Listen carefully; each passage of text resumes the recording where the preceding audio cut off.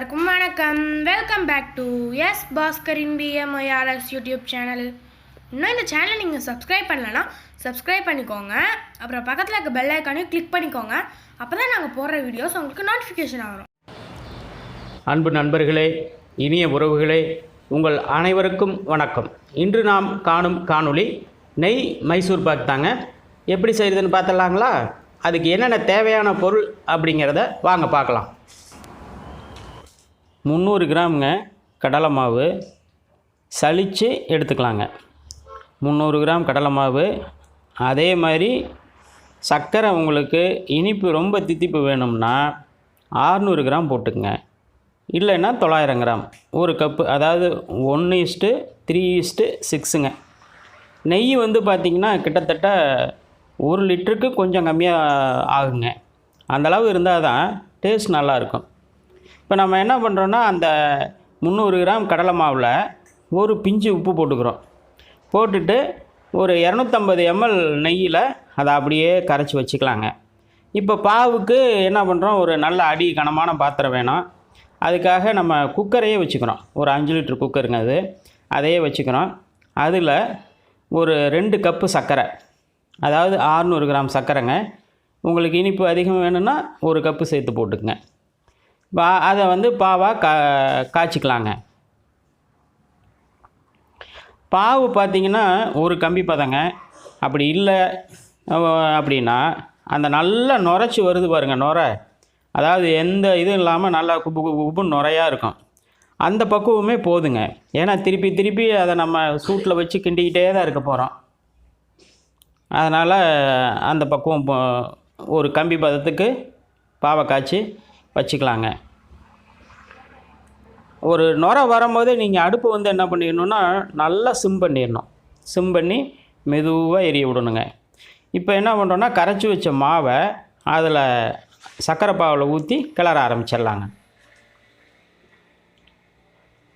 அப்படியே கிளறிக்கிட்டே இருக்கலாங்க. இது பார்த்திங்கன்னா எதுக்காகன்னா, நம்ம நெய் ஊற்றி கரைச்சி வச்சுக்கிறோம்னா சின்ன சின்ன கட்டிகள்லாம் இருக்காது. அதுக்காக தான் அதை கரைச்சி அதை அப்படியே பாவில் ஊற்றி கிளற ஆரம்பிச்சிடலாம்.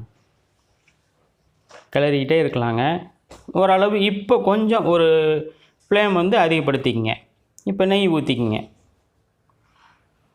அதாவது அந்த நெய் வந்து மேலே அப்படியே லைட்டாக பிரிஞ்சு வர மாதிரி நமக்கு தெரியுங்க. தனியாக வரும். அதுதான் இறக்குற பக்குவம். இப்போ நம்ம அதை அப்படியே கிளறிக்கிட்டே இருக்கலாங்க. இது ரெடி ஆயிடுச்சுன்னு எப்படி தெரியும்னா, லைட்டாக கலர் சேஞ்ச் ஆகும். அப்புறம் நமக்கு டவுட் வருதுன்னு வைங்களேன், டோட்டலாக அடுப்பை கொஞ்சமாக பண்ணிவிட்டு பாத்திரத்தை இறக்கி கீழே வச்சுக்கலாங்க.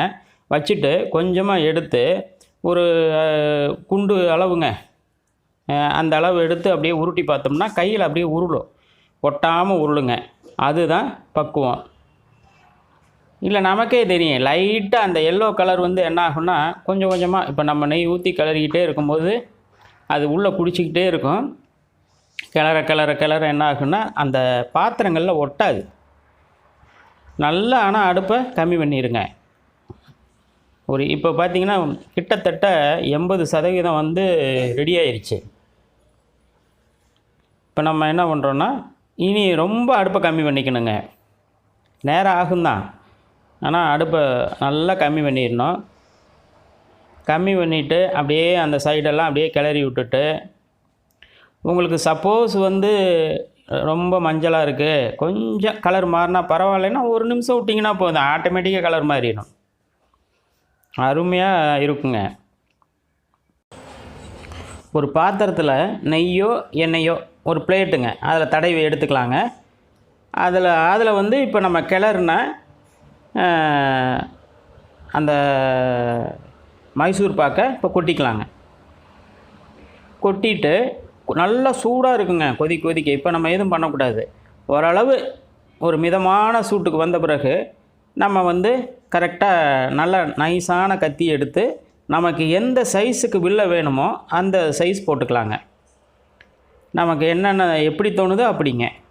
இப்போ ஓரளவு வில்ல போட்டுங்க, ஒரு 2-3 நிமிஷம் வச்சுருந்துட்டு அதை அப்படியே திருப்பி வேறு ஒரு பிளேட்டில் மாற்றி எடுத்து நம்ம நீட்டாக நமக்கு என்னென்ன அழகுபடுத்த முடியுமோ படுத்திக்கலாங்க. இது வந்து என்னென்னா நாங்கள் போட்ட பீஸ் பார்த்திங்கன்னா ஒரு பீஸ் கிட்டத்தட்ட 200 கிராம் பக்கம் வருதுங்க. 200 வருது, இவ்வளோ வருதுங்க.